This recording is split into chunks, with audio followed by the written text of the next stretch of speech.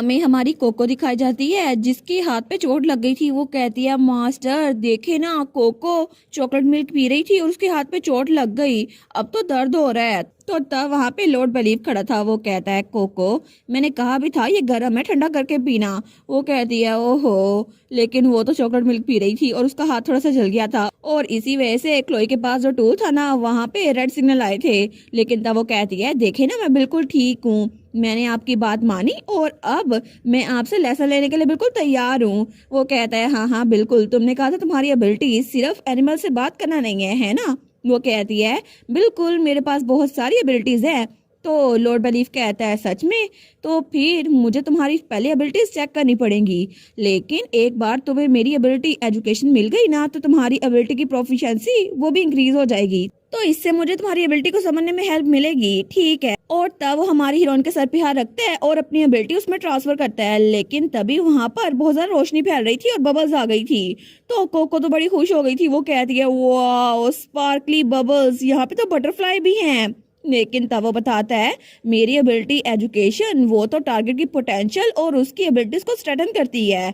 तो तब वो सोचती है मास्टर की एबिलिटी कितनी अच्छी लग रही है ना, और ये बटरफ्लाईज कितनी प्यारी हैं। वो कहती है ओ एक बटरफ्लाई, मास्टर की एबिलिटी कितनी प्रिटी है ना। लेकिन बिलीव सोचता है नो वे, बटरफ्लाईज वो भी इतनी ब्राइट कलर की। तो तभी कोको वो कहती है वाओ सच्ची ये कितनी मजे की है ना। लेकिन तब उसके हाथ से बहुत ज्यादा रोशनी निकल रही थी। तो लॉर्ड बिलीव वो सोचता है असल में इस बच्चे के पास कितनी ज्यादा पावर है, ये तो बहुत ज्यादा पावरफुल लगती है मुझे। लेकिन तब वो हमें बताता है कि एबिलिटीज उनको स्टेजेस में डिवाइड किया गया है क्योंकि हर एक एबिलिटी का अलग अलग स्टैंडर्ड है। सबसे पहली एबिलिटी जो कम लेवल पे है वो है डोमिनेशन, जिसकी वजह से दूसरों को मैनिपुलेट किया जा सकता है। दूसरे नंबर पे है अटोनमेंट जो कि नेचर से पावर लेकर यूज की जाती है। तीसरे नंबर पे है सोवियंटी जो कि दुनिया के लाज के साथ इंटरफेयर करती है, जैसे कि क्लोई की एबिलिटी है और कैलिगो की एबिलिटी भी इसी के हिसाब से थी। लेकिन फिर आती है लेजेंडरी एबिलिटी जिसको कोई और नहीं ले सकता, वो है असेंडेंस, और इस बच्ची के पास मुझे लगता है यही एबिलिटी है जो कि बहुत ज्यादा पावरफुल है। तो वो सोचता है उस दिन कोको ने जानवरों से बड़े आराम से बात की थी, ऐसा लगता है कि वो जानवरों से बिल्कुल अच्छे से बात कर सकती है, उसको कोई मसला नहीं आता। और उस वक्त भी इसकी एबिलिटी सोवरेंटी लेवल की थी। लेकिन इसके अलावा भी इसके पास और एबिलिटीज हैं। तो कोको तो वहाँ बबल्स के साथ खेल रही थी। लेकिन वो सोचता है लगता है कि हाउस आर्डोस में बहुत ज्यादा काबिल बच्ची आ गई है। वो सोचता है योर ग्रेस क्या सच में मेरा बड़ा भाई वो जानता भी है इस बच्ची के पास कितनी एबिलिटीज हैं। लेकिन तब वो कहता है अब तैयारी का टाइम आ गया है। वो कहती है तैयारी, लेकिन किस चीज की। वो कहता है मेरी एजुकेशन वो तब तुम्हारे पास आएगी जब तुम इस बटरफ्लाई को हाथ लगाओगी और ये पावर तुम्हारे अंदर आ जाएगी। तो कोको ऐसे करती है, वो जब उस बटरफ्लाई को पकड़ती है ना तो वो उसकी बॉडी के अंदर जा रही थी। वो कहती है वाओ आपकी पावर्स तो मेरी बॉडी में मुझे फील हो रही हैं।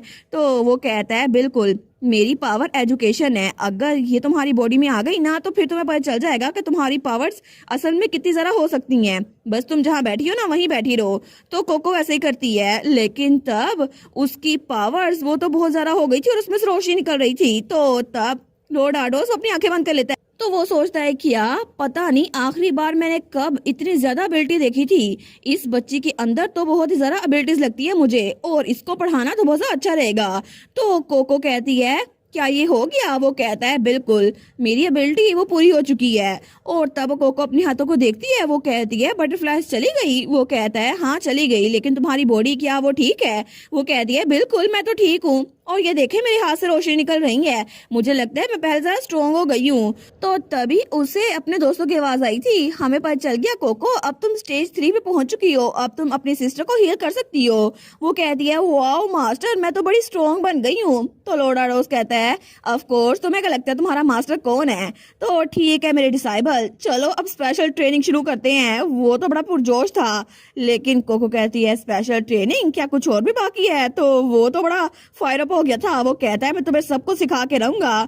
लेकिन तब पूरा दिन गुजर गया था और शाम के वक्त तक बेचारा बेलीफ वो तो थक चुका था। लेकिन कोको वो तो बड़ी फायर अप थी। वो कहती है मास्टर और सिखाए ना मुझे, देखे तो सही ये देखे स्पार्कली ऐसे ऐसे गया और फिर पॉप पॉप ऐसे हो गया। देखी मेरी पावर कितनी प्यारी है, कितनी अमेजिंग बना मैं। तो वो कहता है बस कर दो, तुम्हें इतनी एनर्जी आ कहाँ से रही है। लेकिन कोको तो भागी जा रही थी। वो कहती है देखे ना, कोको तो ये भी कर सकती है। और तभी वो अपनी पावर यूज करती है और वहां पे स्पार्कल्स हो गए थे। वो कहती है टाड़ा। लेकिन बिलीव की तो बस हो गई थी। वो उसको कमल में बैठता है और कहता है बस करो, अब सो जाओ, तुम पूरा दिन भाग भाग के थकी नहीं हो। वो कहती है क्या इतनी जल्दी। वो कहता है तुम छोटी हो ना, तुम्हें बड़ा होने के लिए सोने की जरूरत है, आराम से सो जाओ। वो कहती है लेकिन कोको को और प्रैक्टिस करनी है ना, कोको को स्पेशल ट्रेनिंग और करनी है। वो कहता है ये स्पेशल ट्रेनिंग है इसलिए तुमने पूरा दिन ये की है, लेकिन थोड़ी देर पहले तुम्हें भूख लगी थी, मैंने तुम्हें डिनर भी खिला दिया और तुम फिर कह रही हो फिर से प्रैक्टिस करनी है। लेकिन अगर तुमने इसको ज्यादा यूज किया ना तो उसके साइड इफेक्ट भी होंगे, स्पेशली तुम्हारी पावर्स जितनी स्ट्रॉन्ग है ना उस हिसाब से तो और जरा मसला होगा। लेकिन कोको तुमने कहा तुम्हारे पास और भी एबिलिटीज हैं। वो कहती है जी जी मेरे पास और एबिलिटीज हैं, एनिमल अफिनिटी, हीलिंग और मेरे पास तो और ब्लेसिंग्स भी है। कोको तो सुपर स्ट्रॉन्ग है। वो कहता है जैसा कि मैंने सोचा था ये सिर्फ मेरा गैस है, लेकिन तुम्हारी पोटेंशियल के साथ कोई भी तुम्हारी एबिलिटीज को पार नहीं कर सकता। तुम्हारी हीलिंग वो तो सिर्फ पॉइजन को डिटॉक्सिफाई करने के काबिल नहीं है, उससे भी परे है, और ये तो किसी के रैम्पेज को भी रोक सकती है। वो कहती है रैम्पेज को। तो वो कहता है बस मुझे पता है तुम ये कर सकती हो, लेकिन अभी रेस्ट करने की जरूरत है, और वैसे भी अच्छे बच्चों को जल्दी सोचना चाहिए। वो कहती है ठीक है, लेकिन वो कहता है हाँ बिल्कुल मैं यही कह रहा हूँ, अब आराम से सोना ठीक है, और कल फिर से हम स्पेशल ट्रेनिंग करेंगे, आज रात आराम से हो जाओ। वो कहती है ठीक है गुड नाइट। लेकिन तब हमें आधी रात का सीन दिखा जाता है जब कोको, उसकी आंख अभी भी नहीं लगी थी और वो अभी तक जागी हुई थी। तभी वो उठ के बैठती है और दरवाजे को देखती है जो कि बंद था। तो वो सोचती है मास्टर को तो नींद आ गई, वो तो आराम सोए हुए हैं, लेकिन कोको को तो प्रैक्टिस करनी है। तो वो छुपके से वहां से निकल रही थी। वो सोचती है मास्टर मुझे बस आज के लिए गंदा बच्चा बनने दें, मैं आज सोऊंगी नहीं, मुझे सिस्टर को हील करने के लिए प्रैक्टिस करनी है। लेकिन तभी थोड़ी देर बाद वो बाहर आ गई थी। तो वो गहरा सांस लेती है। वो सोचती है कोको सक्सेसफुली बिना पकड़े बाहर आ गई, लेकिन वुल्फ ने मैजिक स्टोन को यहाँ पे जमा कर लिया था, तो मुझे स्पेशल ट्रेनिंग इसके साथ भी करनी होगी और इसकी वजह से मेरी एबिलिटीज और स्ट्रॉन्ग बन जाएंगी। तो वो सोचती है इसी वजह से तो फ्यूचर जो मैंने देखा था ना उसमें डचेस स्टोन के पीछे थी, लेकिन तभी वो अपनी पावर स्टोन के अंदर डालने लगती है। वो कहती है क्या पता इससे कुछ अच्छा हो जाए, लेकिन तभी वो स्टोन वो तो फायर अप हो गया था, उसमें से आग निकल रही थी। वो कहती है ये तो बहुत ज्यादा स्ट्रॉन्ग है, लेकिन वो स्टोन वो थोड़ा थोड़ा टूट रहा था। वो सोचती है क्या, लेकिन वहां पे तो आग हर तरफ फैल रही थी। वो कहती है magic stone please calm down, लेकिन तभी वहां पर किसी के शैडो की एनर्जी आती है और कोई कहता है बस जहां हो वही रहो, और उस स्टोन के इर्द गिर्द उसकी शैडो फैल रही थी। तो कोको कहती है क्या ये काम डाउन हो गया, लेकिन तब वहां पर क्लोई आई थी। वो कहती है और नेस्ली मैं तो थोड़ी देर के लिए तुमसे नजर नहीं हटा पाती, अभी मैं तुमसे दूर हुई थी और देखो सही तुम फिर से खतरे में पड़ गई, मैंने कहा था ना मसला खड़ा मत करना। वो कहती है सिस्टर आप मुझसे मिलने के लिए आई हैं, लेकिन उसके हाथ में जो स्टोन था ना, वो कहती है माना स्टोन ये स्टॉप हो गया। लेकिन क्लोई कहती है तुम मुझे इग्नोर कर रही हो ना जो मैंने अभी कहा। वो कहती है लेकिन कोको ने तो कोई मसला खड़ा नहीं किया ना। तो उसकी सिस्टर कहती है अगर ये मसला नहीं है तो फिर पता नहीं ये क्या है। तो कोको कहती है नहीं नहीं ये मसला नहीं है। तो उसकी सिस्टर कहती है ठीक है भूल जाओ इस बात को, जरा मुझे अपना हाथ दिखाओ। और तब उसके हाथ को देखती है। वो कहती है ये बिल्कुल भी जला नहीं है, मुझे लगा तुम फायर के करीब हो ना, शायद इसी वजह से अलार्म बजा था। वो सोचती है क्या अलार्म, लेकिन सिस्टर कौन सा अलार्म। तो तभी दरवाजा खुलता है और लॉर्ड बेली वो भागता हुआ बाहर आता है। वो कहता है आखिर ये हो क्या रहा है कोको, मैं तुम्हें कहा था ना आराम सो जाओ, आखिर तुम बाहर क्या कर रही हो। लेकिन तभी वो उसको देखते हैं। वो कहता है क्लोई। तो क्लोई कहती है अंकल बेलीफ, नहीं मेरा मतलब है मास्टर बेलीफ। तो वो उसको देखता है। वो कहता है क्या तुम यहाँ पर क्या कर रही हो। लेकिन क्लोई कहती है इसका मतलब है आप दोबारा से बोल सकते हैं। तो उसका अंकल कहता है वेल ऐसा लगता तो है। तो कोको कहती है कोको ने उनकी हेल्प की थी।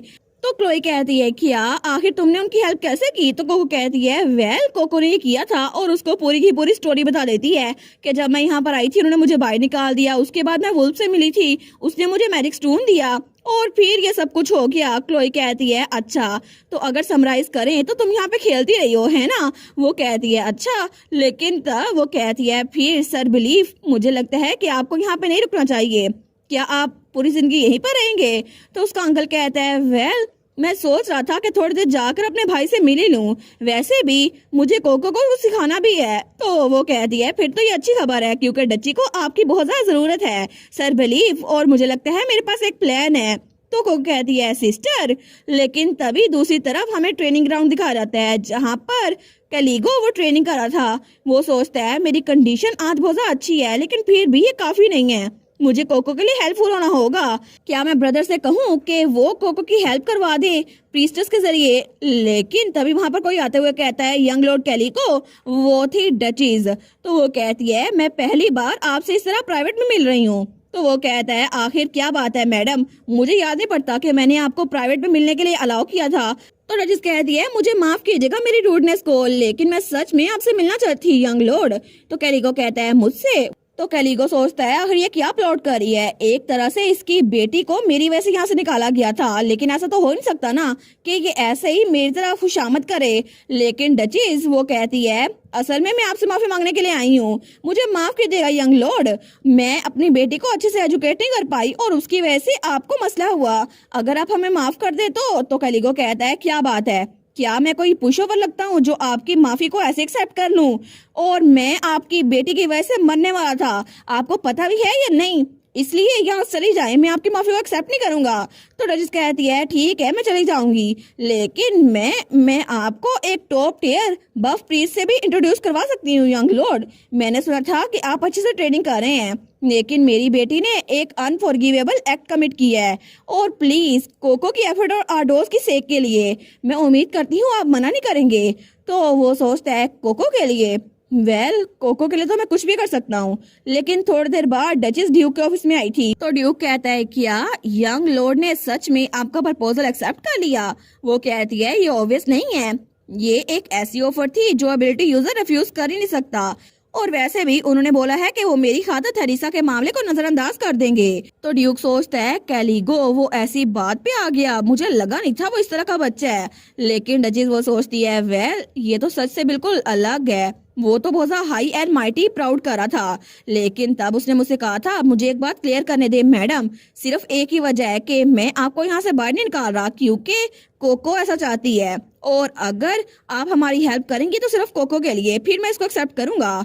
इसका मतलब है कि अभी के लिए मैं आपकी गलतियों को जाने देता हूँ। लेकिन वो सोचती है एनीवेज चाहे वो बच्चा हो या वही बच्ची हो या क्लोई हो, मुझे कोई भी पसंद नहीं है। तो तब वो कहती है तो मुझे बताएं ड्यूक, मेरी कंट्रीब्यूशन को देखते हुए प्लीज थेरेसा को वापस आने दे। तो ड्यूक कहता है लेकिन ये पहले डिसाइड हो चुका है कि वो वहाँ पे रहेगी। लेकिन डचेस कहती है क्या आप ठीक रहेंगे?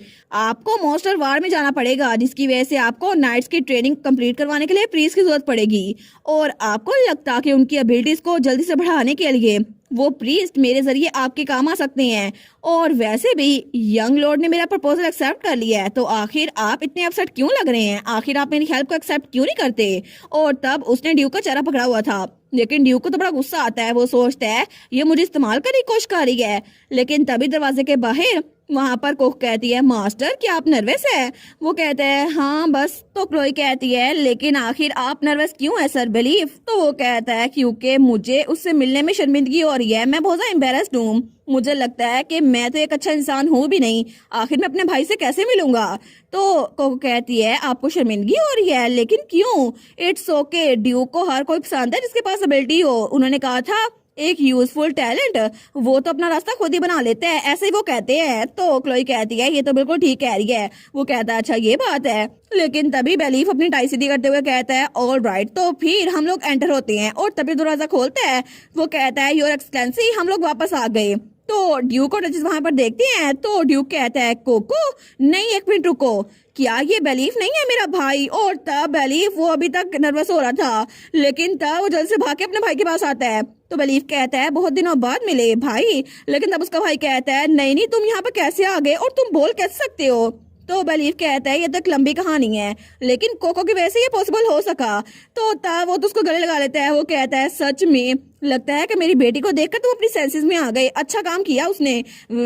अब तुम रॉकी माउंटेन लौटने तो नहीं वाले हैं ना? वो कहता है जी भाई मुझे लगता है कि मुझे यहाँ पर रुकना पड़ेगा। लेकिन तब ड्यूक तो बड़ा खुश हो गया था। तो वो डचेस से कहता है मैडम मुझे लगता है कि मुझे आपका पहले वाला प्रपोजल उसको मना करना पड़ेगा आफ्टर ऑल, क्योंकि मेरा छोटा भाई वापस आ चुका है, तो मुझे लगता है कि हम लोग खुद ही ठीक रहेंगे।